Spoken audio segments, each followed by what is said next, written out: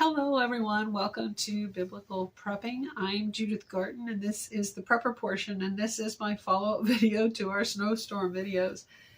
Our video depends on how it all plays out later today as far as what I'm going to be doing and editing together. I'm here in my studio, as you can see, and there's light behind me. That one is rechargeable, so you can't count that one. But also, I have an electrical light up here, and our computers are operating. Clock is working. Yay! That means we have power back on. I did just finish up the War Room prayers on messianiclambradio.com. I do the Thursday morning War Room prayers with my companion. Currently, that is Joe Cameron, and this is January 9th, 2025. Now, I want to tell you, I'm sitting here warm. I want to tell you our experience was, of course, again, we were not as prepared as I would like to be when it comes to the snowstorm. We thought we were prepared. I thought we had enough wood for at least 4 days stocked up, and we did not. We actually almost ran out of wood after 36 hours. Ouch. And we barely kept the house at 43 degrees. That's cold. It is cold. We were able to stay warm and healthy and safe. So for that, I am truly grateful, and I praise God for that. But I will say, a little over 24 hours into it, I was whining. Definitely done. And you can hear my stuffy nose. This is as clear as it is getting right now. Thanks to all the firewood and the chill. My nose was clearer during the cold than it has been in about 2 years. But the firewood did, the dryness of the air and the firewood and the smoke in the air ended up causing me some issues. I've been trying to put together a lot of thoughts and like what kind of products we're going to need. Jim and I started to make a list. So I wanted to go over those and put those out there for us and for you as well. Things that we know we need to get on hand. In the past, you've heard me talk about how I've been able to use the percolators just on the barbecue grill. I've even made coffee in the fireplace by putting the percolator on top of hot coals on the side of the fireplace. But this time, for some reason, I could not get the percolators to perk. I could get them to make hot water, but I could not get them to perk. So what we did was, instead of percolating the coffee in my smaller pot, I just went ahead and used it as like a Turkish coffee style, where you just put the grounds in the water. You heat it to as close to boiling as I could get it. It took over 40 minutes this time. I was not happy with that. Not sure why, whether I didn't have it deep enough into the fire or what, but that was how we started our morning. I gratefully had some leftover pizza in the fridge, so I just ate that the 2 mornings. Jim tried to make eggs and sausage for himself over the fireplace. Now, why didn't we use the outdoor grill? Because it was freezing out there. The wind chill temperatures were in the, the one morning, the actual temperature was 0. The wind chills brought it below 0. Yes, my lips are still a little chapped. This is my Naked Bee Organic Coconut and Honey Lip Balm. My favorite. One of the only ones I can currently use. There's my stuffy nose again. Now, we decided there are some things that I need to look into, and I'm going to. If you have any suggestions, please put them in the comments below. Now, top on Jim's list was instant coffee. So we need 2 jars of instant coffee minimum. 1 decaf, 1 regular. I'd like to get up to probably 10 of each in our food storage over the next few months. But immediately we need 1 of each. And he has asked me to look into dairy creamer powder that has no funky ingredients in it. I haven't looked into that yet. That's on my list to accomplish in the next few days. We need to get that. We also need to get back on track with having 6 gallons of frozen product in the freezer to help keep it cold in there. We were able to maintain it for the 36 hours without power, and it stayed at about, I think 36 was the highest the temperature went inside the big upright freezer. The refrigerator, what we did was what I've mentioned in the past. We didn't need to run out for ice. There was plenty of ice outside. So what we did was we went out with buckets and filled the buckets with ice and snow. And I put a big, not bucket, pot. I have all these big old stainless steel pots that I use for water bath canning. Put those into one big one in the fridge. And then we took out some of the dairy products and other products we knew were going to spoil quickly. And we put those, like cottage cheese. We had a couple of open containers of that. We had some eggs. And we also had 1 open gallon of milk and 1 older gallon of milk. Still had 5 days on the expiration date, but we wanted to make sure it stayed ice cold. So we put those in the cooler with more snow and ice from outside. If you've got an ice storm, you don't need to run out for ice. You've got it right there. Just shovel it in. Just know that you're not going to be eating that ice, so you don't necessarily want to put it in a pot, cook it. But Jim did ask me to look into some form of dairy cream or powder, whether that is in the form of powdered heavy cream, powdered sour cream, powdered half and half. I know those products are currently available for putting into your food storage. We just haven't been able to do so yet. So those are going to start popping up, and I think I would like to pack them. They usually come in big containers, and I don't use a big container of something like that, like a 2-pound container. I don't use a container of that quickly. So I would like to repack those in canning jars and seal them up in smaller portions so that we can take out a small jar and use that when there's an emergency. We do know we need a second large cooler. What we're looking into as far as another large cooler is one that I've used in the past was a big old Igloo, and it was a 7-day cooler and was guaranteed to keep things frozen. So I'm going to be looking into that. So we need a second large cooler in case we need that for backup. We want to have on hand a minimum of 6 boxes of those 3-hour or 4-hour logs. They're great for nighttime because you can get a block of sleep of 2 or 3 hours, depending on which you buy. I do like the 4-hour logs a little better. They do last a little over 3.5 hours for us here in our fireplace. Our fireplace is not efficient at all. It is just a 1980s or 90s, early 2000s 4-atmosphere fireplace. But it does put out warmth so that we can stay warmer in the living room than in other areas of the house. So we need instant coffee. We need dairy creamer. We need 6 gallons of milk in the freezer because that helps to keep the freezer cold. We want boxes of logs. We want a better wood pile. I have trees outside that I cut down this year and I can't find them. They're under the snow. I remember where some of them are. So we're going to look into maybe cutting up some of those over the next few days. We need more charcoal. I used to stay on top of the charcoal for the barbecue grill. And I used to keep that stockpiled. At one point we had 12 bags and that's dwindled over time. I've not been on top of that. So we need charcoal.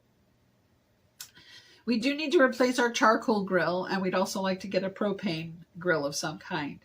Both are probably going to be smaller models than we currently have because it's just the 2 of us. Smaller, less need for product to get it started.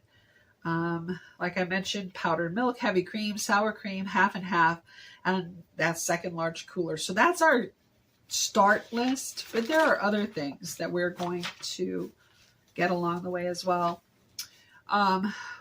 One thing, I need to write this down actually.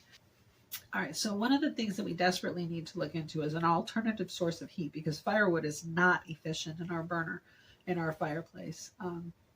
We know right now we cannot afford to put in a wood burning stove or pellet burning stove unit of some kind. So a couple of things that were mentioned to us was something called Mr. Heater Buddy. Those are propane heaters that can be used inside the house. We don't know all the details on them yet, so I can't promote them or anything like that, but we are looking into getting that and the tanks to go with it. The Heater Buddies can run on the 1-pound tanks from what we've read so far, but they can also run on the 20-pound tanks if you have the proper connectors for it and do that. Now, someone had recently told us that we could refill the 1-pound tanks from the bigger tanks if we wanted to. I'm not up for that. We know that there have been accidents and people have been hurt in situations like that. So that's not what we're up to. We just want to be able to use the Heater Buddy with the propane tank, the big one. So we have more flow or more heat for a longer period of time. And I also had a friend mention something called the EcoFlow Battery Backup.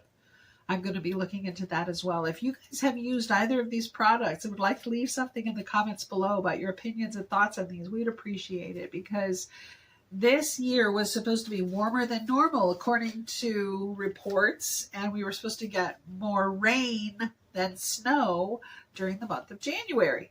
Well, our rain came in the form of snow. So we are going to actually get up to 4 more inches over the next 48 hours. So we will top out at probably around 40 inches. I laughed because I got a snow gauge that I haven't yet put into the yard, but I really wish I had. But even if it had, we would have had it buried at one point in time because it's only 24 inches long. So those are some of the things we were missing. But I also made a list, and I will insert photos of everything that I list here. These are things, well, I shouldn't say everything I list here, but I will include links in the comments below for the things that I believe you could use greatly during a power outage. Now, this is my grateful list, and I'm working on my 3rd page already of things that we are grateful for. Number 1, rechargeable, adjustable lighting. And here's what I mean. When you see these. These are so cute. These are puck lights. Very simple puck lights. I've shown them before. You can get them in sets, 2, 4, 6. I will put the links below in the comments for these puck lights if they are still available on Amazon. If not, I will find equal to and list them. What I like about these is that you don't have anything metal here. And I'm using my phone, so that won't work. These are magnetic. They do stick to things. Wish I had something to show you. Oh, there you go. So this is my light that I use. And if you can see, they stick. Well, I'll show you even better here. Now this, because it's not sticking the whole magnet to the light fixture, it's sliding down the pole. There's a little round magnet back here. This magnet is fantastic. We actually, during the summer and spring this past in 2024, we took the time to change out some of our lighting. We had the infamous realtor's nightmare, boob lights everywhere. So we changed out ceiling fans and we changed out boob lights. So we now have fixtures that are actually metal.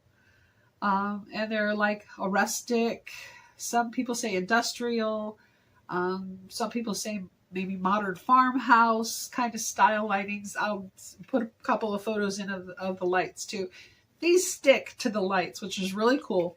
You can take 1 or 2 and put them on our living, on our living room light, and it lights the whole living room. These are adjustable. I don't know if you'll be able to see the light change at all. Hope you can see that. We'll find out. So it has 3 or 4 light settings. Sometimes they seem to have 3 settings. Sometimes it's 4. In brightness, so you can tone them down, make a softer yellowish light that's more like an incandescent bulb maybe, or you can have the bright white lights. either way. And 2 of these stick to our kitchen chandelier over the island as well. And the really awesome part is that they have a button here. You can set it to on, or to motion sensor, or to off. What we did in the kitchen was we stuck them to the chandelier and we set them on motion sensor.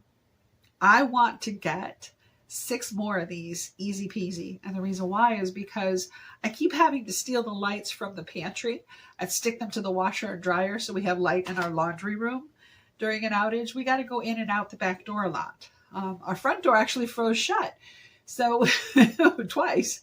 So we would like to be able to do that. We want to be able to light up each bathroom.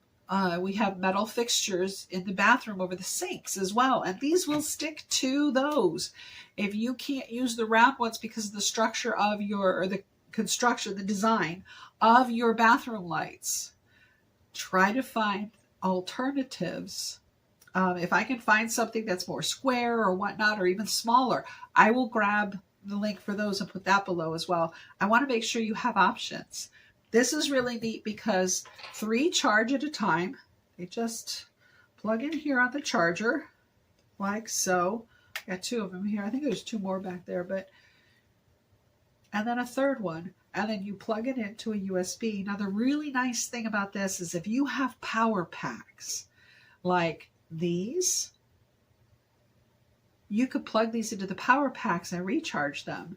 And yes, these are, unfortunately, LED lights with lithium-ion batteries. We need to make sure if we're going to throw these away when they're done and expired and no longer work or charge, that we throw them away correctly. There's not really a whole lot right now that's being done. We need someone, an up-and-comer, to figure out how to reuse these lithium-ion batteries so they don't toxify our environment. I'm not a fan of lithium-ion batteries. I'm not a fan of harvesting lithium from the earth. The damage it does is bad. The toxicity of it is bad. However, these are, in an emergency situation, absolutely awesome to have on hand. The rechargeable power packs that I showed you, they are also lithium-ion batteries, but they are very handy to have. We each have 2 of them right now. One is in the form of a speaker, which you can see here. The others are just in the form of blocks. And the nice thing is that you can take your cell phone, which you're on right now, and you can plug that in. Now, my cell phone charges very quickly from the thicker block that I have, slower from the thinner block. Some work better, some work faster, and so having a few on hand can come in handy. They could also recharge my rechargeable lights. Now, in addition to the puck lights, I have book lights, which you can get for reading, and they are rechargeable. You can get individual lights like this little white one. This is really nice. It can be picked up and carried as a flashlight, or it could be used, and so can the puck lights. They can be used as flashlights as well. You just grab one and walk with it. This white one is really cute. It can be used as a book light or a surface light if you want to try and maybe play cards, things like that. So I am a promoter. I think they're really awesome. Yes, they have to be disposed of properly when you're done with them, but I love the rechargeable LED lights. They provide a lot of light, small space, and they seem to last a good long time. I use the puck lights in a couple of different areas, on and off now and then. They help if I'm working in one of the pantry closets. I could stick them to pots and pans on the higher shelves, and they shine down on me. I will say that I was diagnosed when I was about 12 with an astigmatism in my right eye. And it's not the normal kind of astigmatism. It's like the opposite. I got to be different.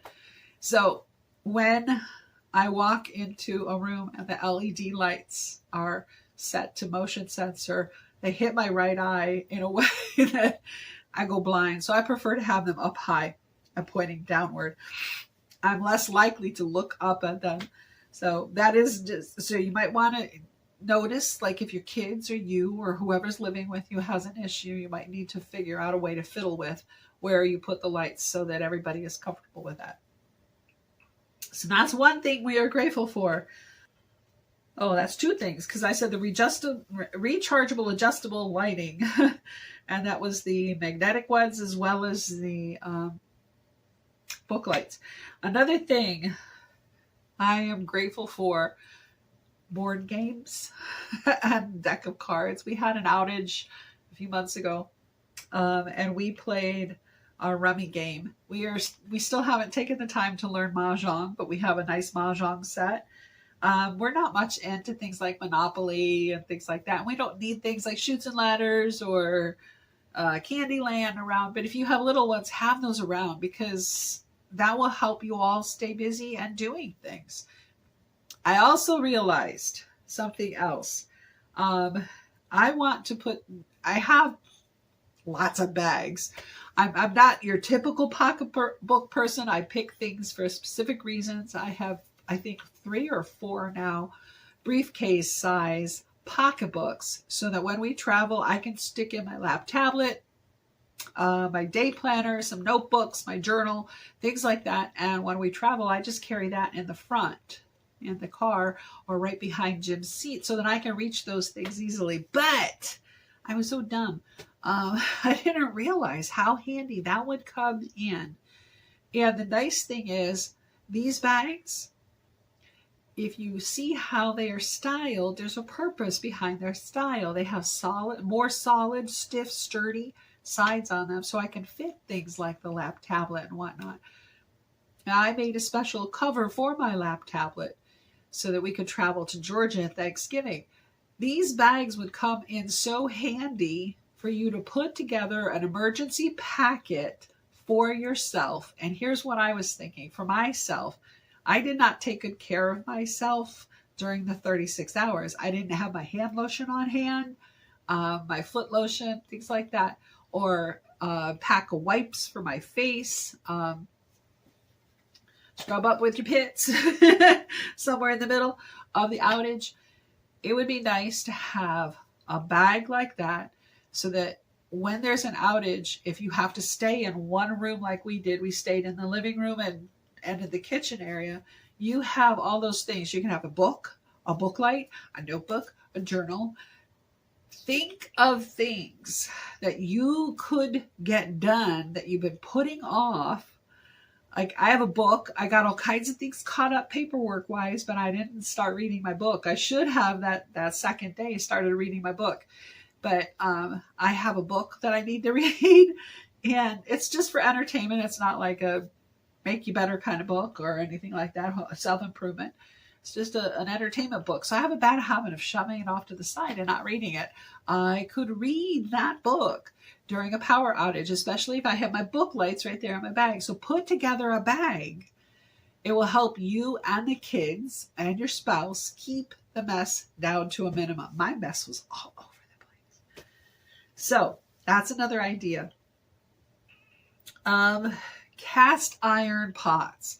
I will say the cast iron works so much better in the fireplace to heat up than my stainless steel pot. And we actually know that for a fact. Here's why. We did soup in the fireplace for dinner the first night. And that soup heated better, faster in the cast iron saucepan than it did in the stainless steel saucepan. Cast iron. We need more cast iron that can be used with lids. Excuse me, so you don't get ash or pieces of wood and whatnot into your food. So we need more cast iron. They can be used on the grill, in a fire pit, or even in the fireplace. They can also be used on top of a wood-burning stove, things like that. So that would come in great and handy. All right. You should also have non-enamel stainless steel pots around as well.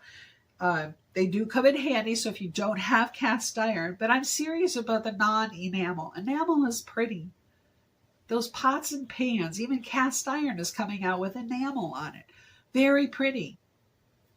and they'll match your kitchen today, but in a few months, if you want to change the decor and you got red pots and pans and they don't go with your new decor, you might not want. I don't worry about colored pots and pans. I prefer plain stainless steel and plain cast iron, and a plain stoneware too. Those would be easier to use and more likely to never be damaged if you have plain pots and pans. Spare blankets. You need lots of spare blankets. I am grateful that I have kept some of the spare blankets that we have, so that if people come to visit, I've got them, but also for emergencies. They're handy to keep on hand. Layers. Lots and lots of layers of clothing. This shirt is deceptive. This is not 2 layers. This is one. This is just a false t-shirt here, or shirt underneath this sweatshirt. You want layers. Be able to stay warm. One thing I realized is that I spent a lot of time getting thin sweatpants or thin lounge pants over the last couple of years. Not my best idea. When it got cold, I realized I only had 2 pairs of warm pants. So warm pants so that you can layer. And I can always wear some of the thinner pants under the thicker pants, but you want that to be able to stay warm. You can always take off some of those clothes and put more on. So if you need to, you can remove layers, you can add layers. Make sure that they're big enough to fit over top of each other. Long johns. I have a pair of long johns somewhere in my closet and I can't find them yet. That's one of my projects today, is to locate those. I should have had my long johns on. That would have helped, especially the second day when it was getting really chilly. All right, what else? Outerwear. Make sure you have a heavy set of outerwear, no matter where you live. Right now, they're predicting freezing temperatures in Georgia, where our kids live. Our daughter and son-in-law live with the little grandbabies.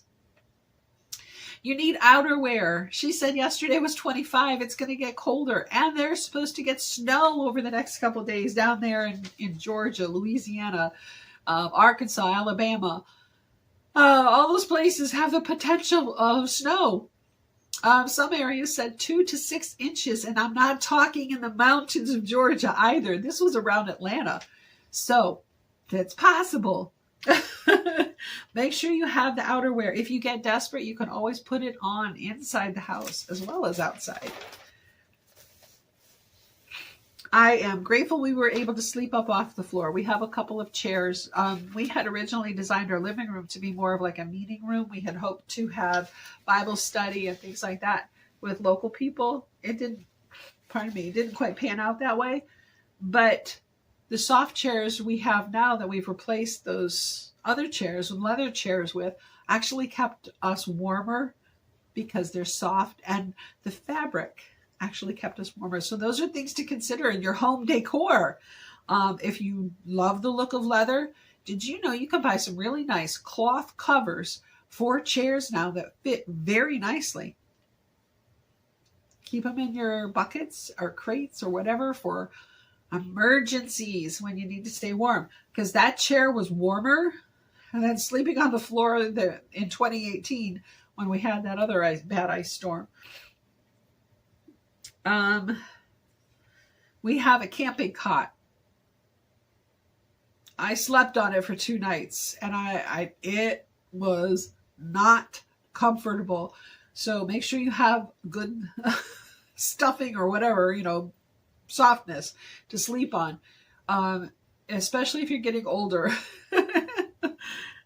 Make sure, this is the list we're grateful for, and these are helpful hits for you. I am grateful for the grill.